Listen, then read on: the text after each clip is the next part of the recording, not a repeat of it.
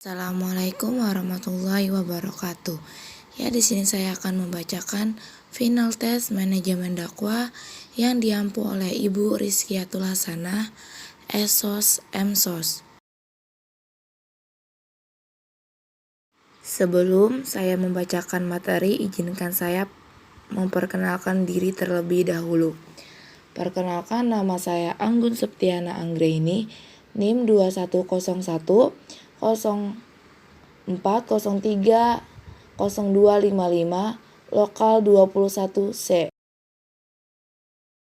Sebelum memasuki materi, izinkan saya terlebih dahulu membacakan mapping manajemen dakwah, yaitu budaya organisasi dalam manajemen dakwah, perencanaan dalam strategis, pengorganisasian lembaga dan kegiatan dakwah, uraian pekerjaan dan hierarki kerja, kewenangan dan tanggung jawab, memimpin dan menggerakkan kegiatan organisasi dakwah, dan motivasi dan pengaruh pimpinan. Langsung saja memasuki materi yang pertama, yaitu budaya organisasi dalam manajemen dakwah. Budaya organisasi dapat didefinisikan sebagai perangkat sistem, nilai-nilai atau values, keyakinan-keyakinan atau belief, asumsi-asumsi atau norma-norma yang telah lama berlaku, disepakati dan diikuti oleh para anggota suatu organisasi yang kemudian menghasilkan budaya sosial atau budaya masyarakat sebagai pedoman perilaku dan pemecahan masalah-masalah organisasi. Dalam budaya organisasi terdapat sosialisasi nilai-nilai dan menginternalisasi dalam diri para anggota, menjiwai orang per orang di dalam organisasi. Setiap orang memiliki budaya organisasi yang berfungsi untuk membentuk aturan atau pedoman dalam berpikir dan bertindak dalam mencapai tujuan yang diterapkan. Perencanaan dakwah dalam strategis. Perencanaan dalam dakwah Islam bukan merupakan sesuatu yang baru. Akan tetapi aktivitas dakwah di era modern membutuhkan sebuah perencanaan yang baik dan menjadi agenda yang harus dilakukan sebelum melangkah pada jenjang dakwah selanjutnya. Perencanaan juga merupakan sebuah proses untuk mengkaji apa yang hendak dikerjakan di masa yang akan datang. Perencanaan dakwah adalah salah satu bagian dari fungsi manajemen dakwah. Sebagai bagian dari fungsi manajemen dakwah, kegiatan perencanaan dakwah merupakan tindakan yang utama dan strategis dalam mewujudkan kelangsungan dari sebuah proses dakwah. Nah, di sini dapat disimpulkan bahwa perencanaan merupakan proses merumuskan rencana kegiatan yang tepat untuk dilakukan dalam pencapaian tujuan melalui kegiatan-kegiatan tertentu secara sistematis, rasional, dan objektif. Berarti tanpa adanya suatu perencanaan, pelaksanaan suatu kegiatan akan mengalami kesulitan, bahkan tidak mengalami kegagalan dalam mencapai tujuan atau cita-cita yang diinginkan. Sementara dakwah sebagai suatu kegiatan sosialisasi ajaran Islam di masyarakat adalah menjadi tanggung jawab umat dalam pengelolaannya. Karena itu, perencanaan sebagai langkah awal dalam proses pengelolaan suatu kegiatan juga bersentuhan dengan kegiatan dakwah, karena cakupan perencanaan dakwah meliputi dimensi yang luas. Setidaknya dalam proses perencanaan dakwah diperlukan adanya langkah-langkah dalam perumusannya guna mencapai sasaran seefisien dan seefektif mungkin. Selanjutnya, manfaat perencanaan dakwah.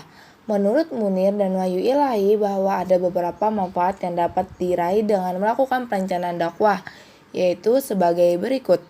Dapat memberikan batasan tujuan sehingga mampu mengarahkan dai secara tepat dan maksimal, menghindari penggunaan secara sporadis sumber daya insani, dan menghindari pula benturan di antara aktivitas dakwah yang tumpang tindih. Dapat melakukan prediksi dan antisipasi mengenai berbagai problem dan merupakan sebuah persiapan dini untuk memecahkan masalah dakwah. Merupakan usaha menyiapkan kader dai dan mengenal fasilitasi potensi dan kemampuan umat.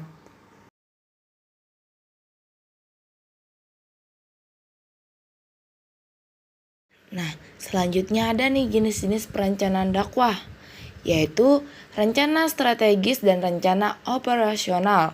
Rencana strategis merupakan rencana yang berlaku bagi seluruh organisasi, yaitu menentukan sasaran umum organisasi dan berusaha menempatkan organisasi tersebut ke dalam lingkungannya. Sedangkan rencana operasional adalah rencana yang menempatkan rincian tentang cara mencapai keseluruhan tujuan organisasi. Rencana jangka pendek dan jangka panjang. Rencana jangka pendek adalah rencana dengan asumsi kerangka waktu paling tidak selama 1 tahun. Sedangkan rencana jangka panjang adalah rencana dengan kerangka batas waktu 3 tahun ke atas. Rencana yang mengarahkan dan rencana khusus.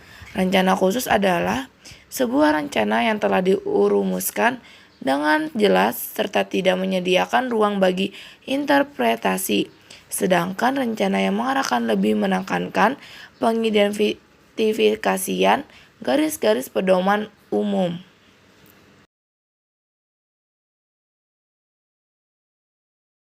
Rencana sekali pakai dan rencana tetap. Rencana sekali pakai adalah rencana yang digunakan sekali saja, yang dirancang untuk memenuhi kebutuhan situasi khusus dan diciptakan sebagai respon terhadap keputusan yang tidak terprogram yang diambil oleh para manajer. Sasaran dasar perencanaan dakwah dalam penggunaannya diorientasikan pada hasil-hasil yang dikehendaki. Misalnya bagi dai, mad'u atau masyarakat. Sasaran itulah yang memberi arah bagi semua keputusan manajemen dan merupakan sebuah kriteria yang digunakan untuk mengukur prestasi aktual. Sisi kelemahan sebuah perencanaan dakwah. Sebuah perencanaan tidak selamanya baik untuk dijalankan. Paling tidak ada sisi negatif yang harus diperhatikan dan dipertimbangkan dalam sebuah perencanaan.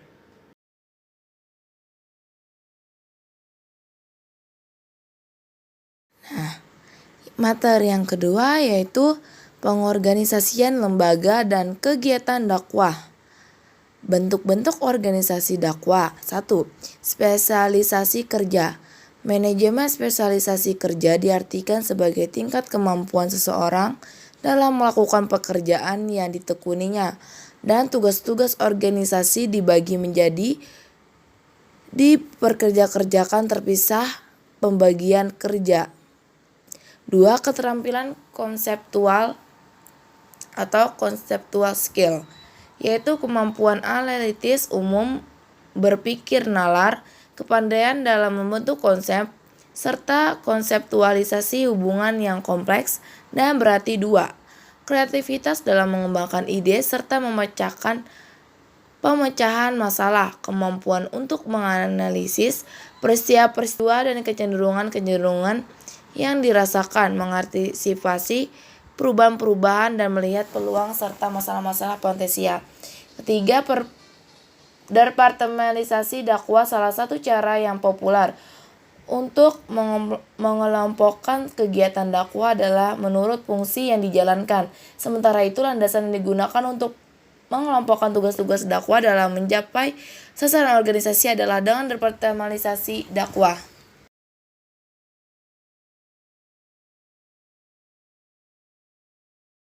4. Rantai komando.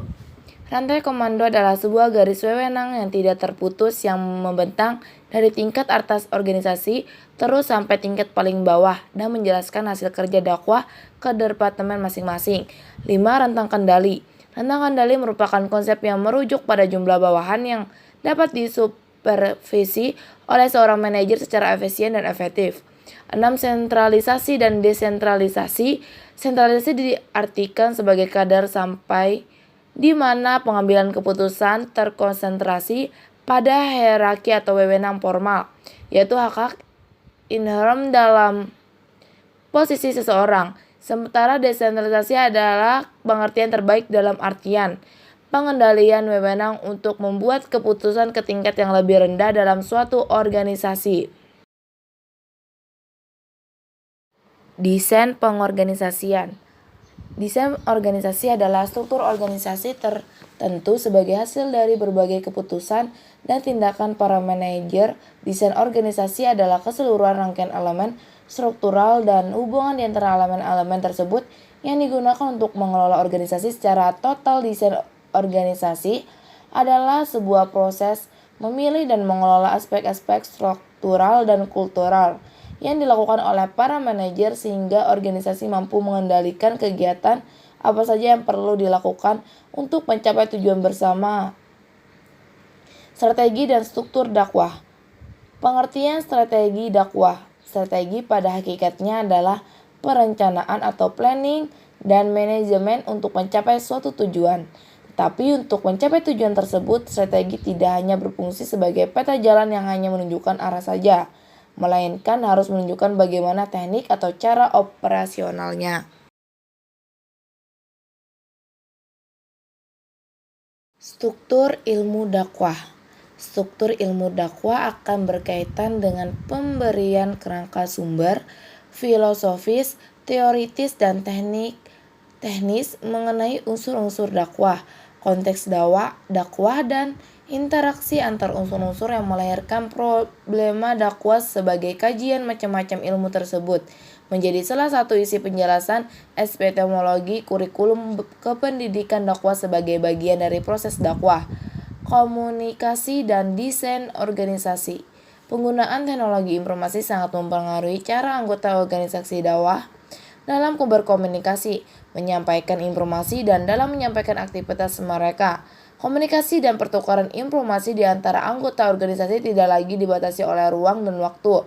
Kondisi ini berarti bahwa organisasi-organisasi dakwah tidak lagi hanya menumpang dan mempermudah informasi dan kegiatan-kegiatan kerja dakwah secara horizontal dan vertikal. Dengan kata lain, para dai dapat mengakses informasi kapan dan dimanapun. Tujuan pengorganisasian. Tujuan pengorganisasian adalah agar dalam pembagian tugas dapat dilaksanakan dengan penuh tanggung jawab. Dengan pembagian tugas diharapkan setiap organisasi dapat meningkatkan keterampilannya secara khusus atau spesialisasi dalam menangani tugas-tugas yang dibebankan.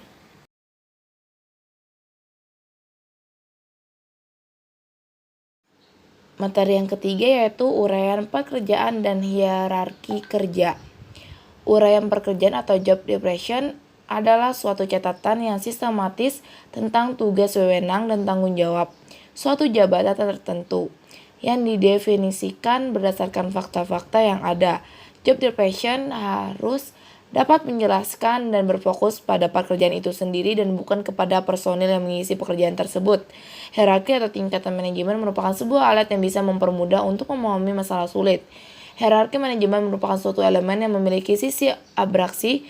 Hal ini membuat semua elemennya saling berkaitan karena tersusun dengan baik dan dari bawah sampai puncak utama yang menjadi sasaran. Sasaran pada hierarki ini menjadi salah satu goal penting.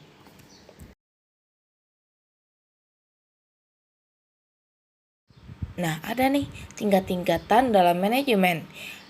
Yang pertama, manajemen puncak atau top manajemen. Pada tingkatan pertama akan muncul istilah manajemen puncak dan dalam bahasa Inggris disebut dengan istilah top manajemen. Manajemen puncak merupakan level paling atas di dalam manajemen yang diisi oleh kalangan petinggi dan eksekutif yang nantinya bertugas untuk menjalankan ilmu manajemen.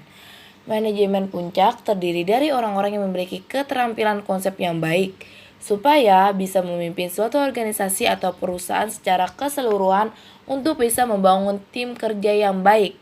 Adapun yang secara umum, beberapa di manajemen puncak ini adalah seperti dewan direktur atau dewan eksekutif, presiden direktur, direktur kepala perwakilan, kepala divisi, CO, CFO, Chief Financial Officer, dan juga COO atau Chief Operating Officer.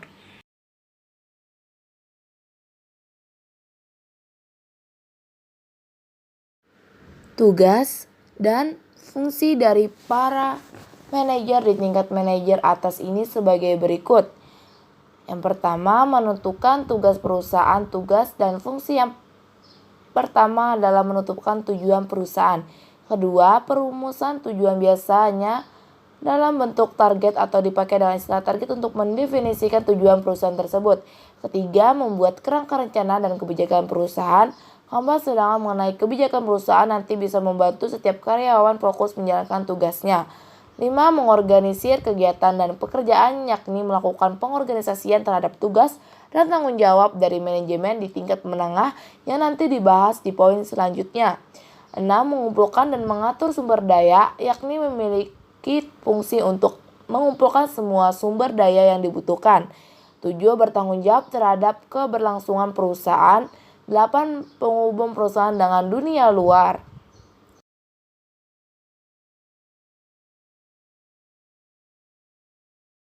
Yang kedua, manajemen menengah atau middle management. Pada tingkatan manajemen yang kedua disebut dengan istilah manajemen menengah dan dalam bahasa Inggris disebut middle management. Manajemen menengah pada dasarnya bertugas sebagai penghubung antara manajemen puncak dengan manajemen lini. Pertama yang dibahas di bawah. Adapun jabatan yang masuk ke dalam manajemen menengah ini mencakup manajemen cabang, kepala pengawas, kepala departemen, kepala bagian, plan manager, factory manager, regional manager, dan lain-lain sebagainya. Sedangkan untuk detail tugas dan fungsi dari manajemen menengah diantara lain yaitu memahami semua tugas dan tanggung jawab serta tujuan perusahaan yang sudah dirumuskan oleh manajemen puncak untuk kemudian disampaikan ke manajemen di bawahnya dan seluruh karyawan suatu perusahaan.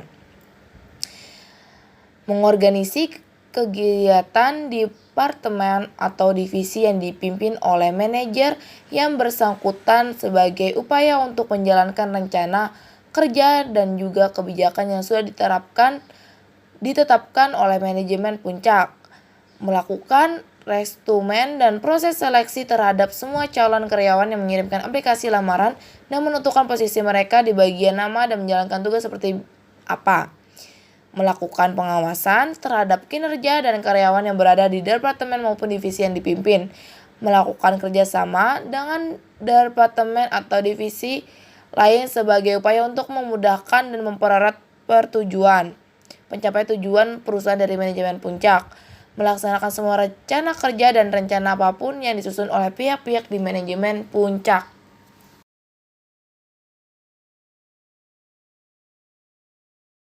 Selanjutnya yang ketiga yaitu manajemen tingkatan lini pertama atau low level management.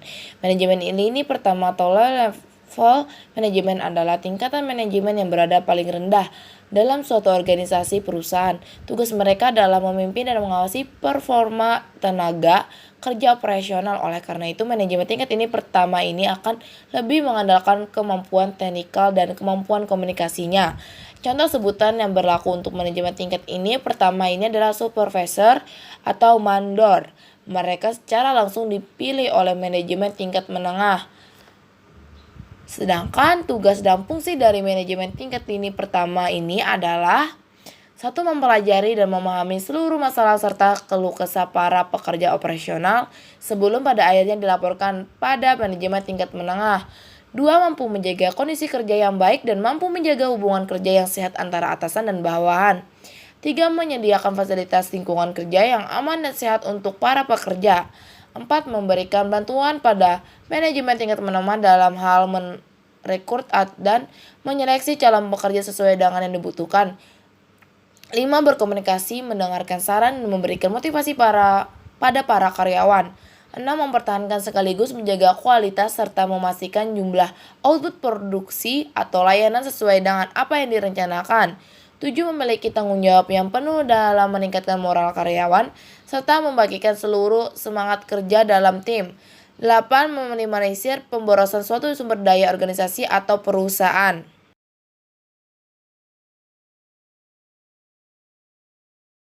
Selanjutnya materi yang keempat yaitu kewenangan dan tanggung jawab. Pengertian kewenangan. Kata kewenangan berasal dari kata dasar wewenang yang diartikan sebagai hal berwenang. hak dan kekuasaan yang dipunyai untuk melakukan sesuatu.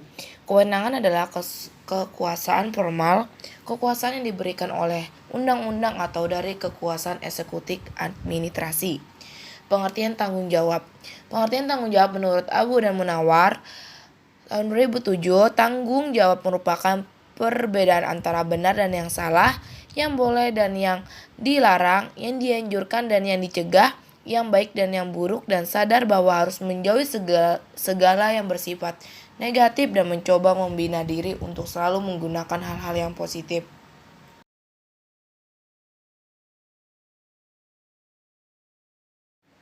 Nah, ada nih jenis-jenis wewenang. Yang A. Kewenangan lini. Kewenangan ini adalah mereka yang bertanggung jawab terhadap berbagai kegiatan organisasi dalam rangka pencapaian tujuan organisasi. Kewenangan ini direpresentasikan mulai dari hierarki yang tertinggi hingga hierarki yang terendah. Yang B. Kewenangan staf. Kewenangan staf adalah mereka yang ditunjuk untuk membantu bagian-bagian dalam suatu organisasi yang memiliki kewenangan ini. Kewenangan ini membantu organisasi dan pencapaian tujuan. C. Kewenangan fungsional. Kewenangan fungsional adalah mereka yang berada dalam bagian tentu dalam organisasi, memiliki kewenangan lini maupun staf, namun juga dikarenakan tugasnya sehingga diberi kewenangan untuk melakukan kontrol atau koordinasi dengan bagian lainnya. Contohnya bagian kewenangan bertanggung jawab di bagian pencatatan berbagai transaksi, namun juga memiliki kewenangan untuk melakukan pengawasan dan pengontrolan terhadap bagian lain yang terkait dengan tugasnya di bagian keuangan.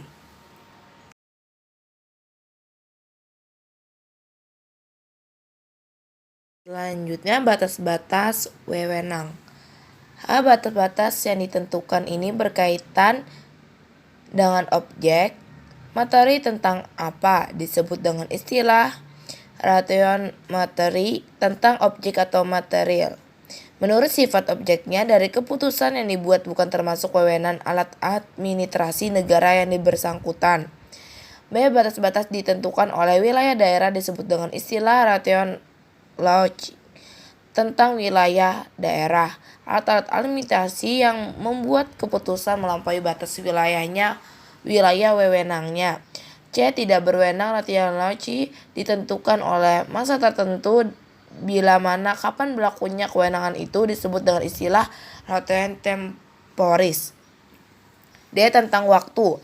Kapan, bila mana alat administrasi negara membuat keputusan melampaui batas waktu wewenang yang dilakukan.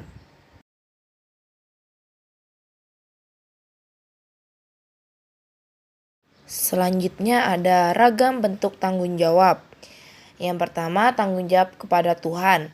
Rasa tanggung jawab manusia sebagai ciptaan kepada Tuhan adalah dengan selalu bersyukur dan menjaga semua nikmat yang telah diberikannya, serta senantiasa untuk menaati segala perintah dan menjauhi segala larangan Tuhan.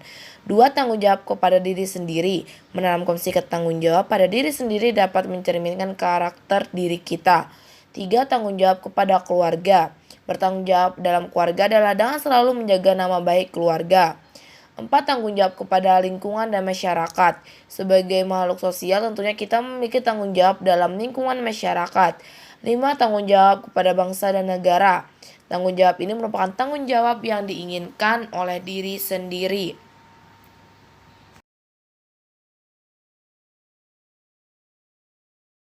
Selanjutnya, materi yang kelima yaitu memimpin dan menggerakkan kegiatan organisasi dakwah.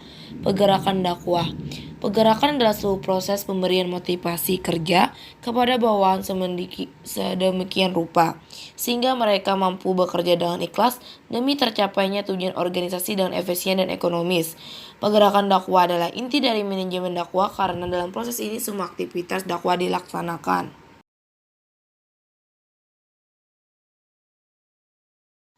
Pemberian motivasi.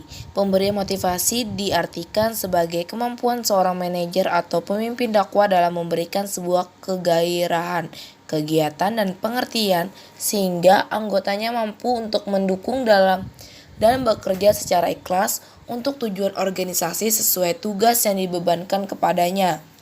Motivasi adalah memberikan semangat atau dorongan kepada para pekerja untuk mencapai tujuan bersama dengan cara memenuhi kebutuhan dan harapan mereka serta memberikan sebuah penghargaan. Dalam manajemen pemberian motivasi ini dapat berupa pertama, pengikut sertaan dalam pengambilan keputusan. Kedua, pemberian informasi secara komprehensif. 3. Pengakuan penghargaan terhadap sumbangan yang telah diberikan. 4. Suasana yang menyenangkan. 5. Penempatan yang tepat. 6. Pendelegasian wewenang. Melakukan bimbingan.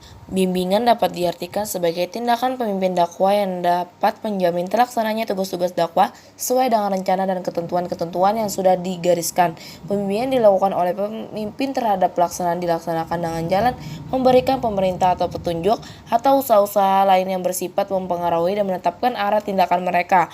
Komponen bimbingan dakwah adalah nasihat untuk membantu para dai untuk melaksanakan perannya serta mengatasi permasalahan dan dalam menjalankan tugasnya adalah pertama, memberikan perhatian pada setiap perkembangan para anggotanya.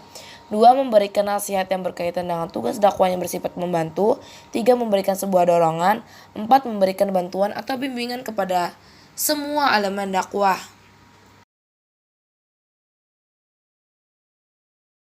Menjalin hubungan. Hubungan antara anggota dalam sebuah organisasi merupakan aspek penting untuk memenuhi kebutuhan mereka yang bersifat non-materi atau kejiwaan spiritual.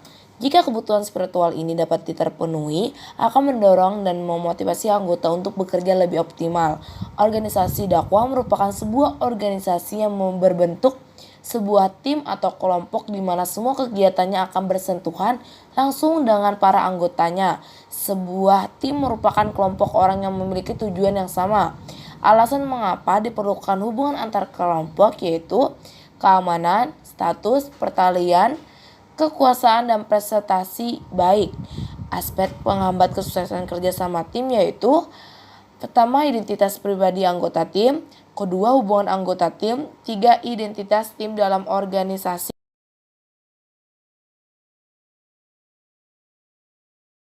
Penyelenggaraan komunikasi.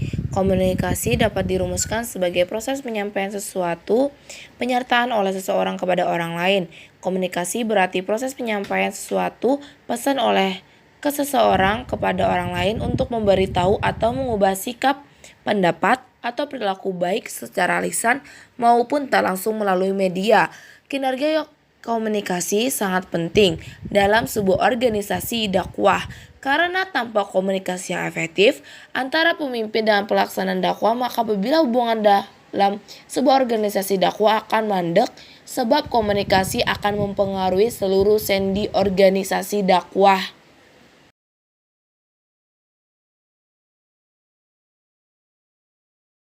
Selanjutnya ada manfaat dari penyelenggaraan komunikasi.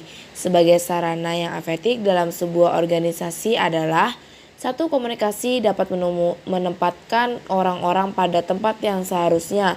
2. Komunikasi menempatkan orang-orang untuk terlibat dalam organisasi.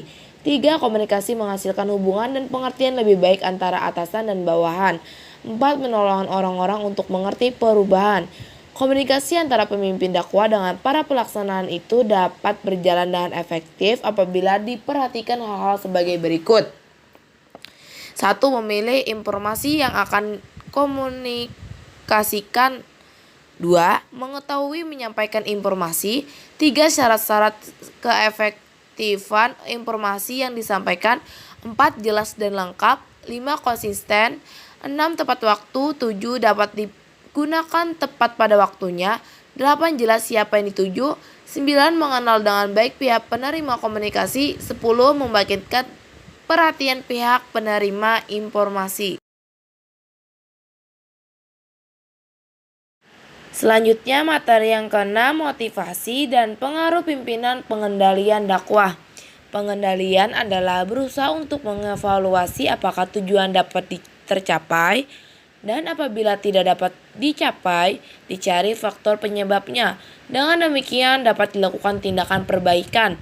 Pengendalian manajemen adalah suatu usaha sistematik untuk menetapkan standar kinerja dengan sasaran perencanaan, mendesain sistem umpan balik informasi, membandingkan kinerja aktual dengan standar yang telah ditetapkan, menentukan apakah terdapat penyimpangan tersebut, dan mengambil tindakan perbaikan yang diperlukan untuk menjamin bahwa semua sumber daya perusahaan yang sedang digunakan sedapat mungkin secara lebih efisien dan efektif guna mencapai sasaran yang dituju.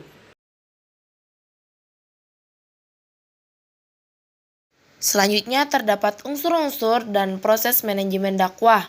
Pengendalian manajemen dakwah lebih bersifat komprehensif, di mana lebih mengarah pada upaya yang dilakukan manajemen agar tujuan organisasi tercapai.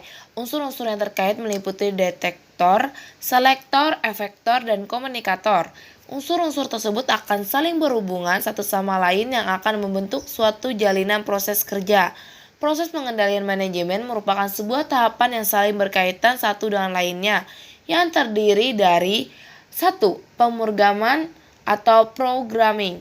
Pada tahapan ini, organisasi dakwah menentukan program-program yang akan dilaksanakan dan memperkirakan sumber daya atau dai yang akan dialokasikan untuk setiap program dakwah yang telah ditentukan. 2. Penganggaran atau budgeting merupakan rencana yang terorganisir dan bersifat menyeluruh yang dinyatakan dalam unit moneter untuk operasi aktivitas dakwah dan pengadaan sumber daya suatu perusahaan selama periode tertentu di masa yang akan datang.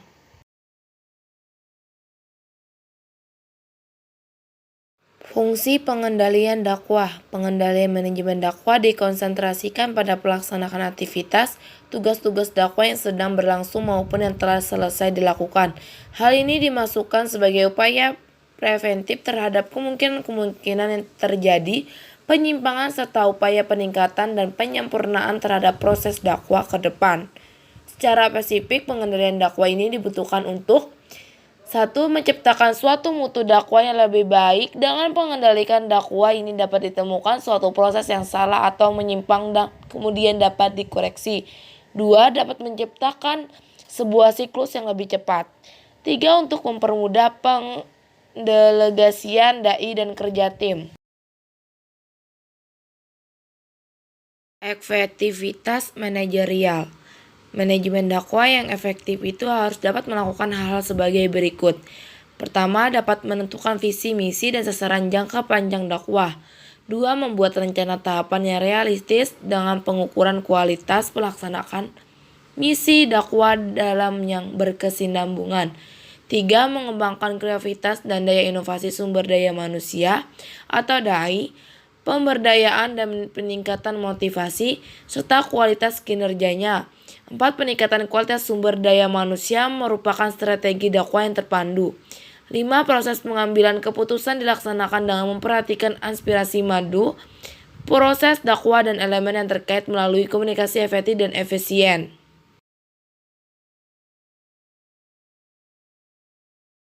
Produktivitas organisasi. Produktivitas dakwah merupakan kualitas strategi dakwah yang perlu untuk ditingkatkan agar dapat mendorong gerak organisasi itu sendiri. Prinsip-prinsip umum yang perlu diperhatikan dalam hal ini yaitu fokus utama dari usaha dakwah harus diorientasikan pada madu. Kualitas dari kepemimpinan yang memenuhi syarat akan qualified, nilai-nilai dan perencanaan kualitas sudah diintegrasikan dalam strategi dakwah. Memelihara sebuah kerjasama yang baik antar tim, pemberdayaan sebuah tanggung jawab dan wewenang. Kualitas dakwah adalah suatu strategi dakwah yang dapat menghasilkan output untuk memenuhi kebutuhan dan keputusan madu. Strategi ini memanfaatkan seluruh kemampuan atau potensi organisasi dakwah, teknologi, media, dai untuk menciptakan output yang bermanfaat bagi masyarakat Islam pada umumnya.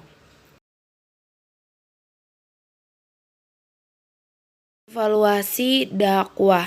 Evaluasi dakwah dilaksanakan dengan tujuan memberikan penilaian kepada orang yang dinilai, juga kepada pemimpin dakwah tentang informasi mengenal keberhasilan di lapangan.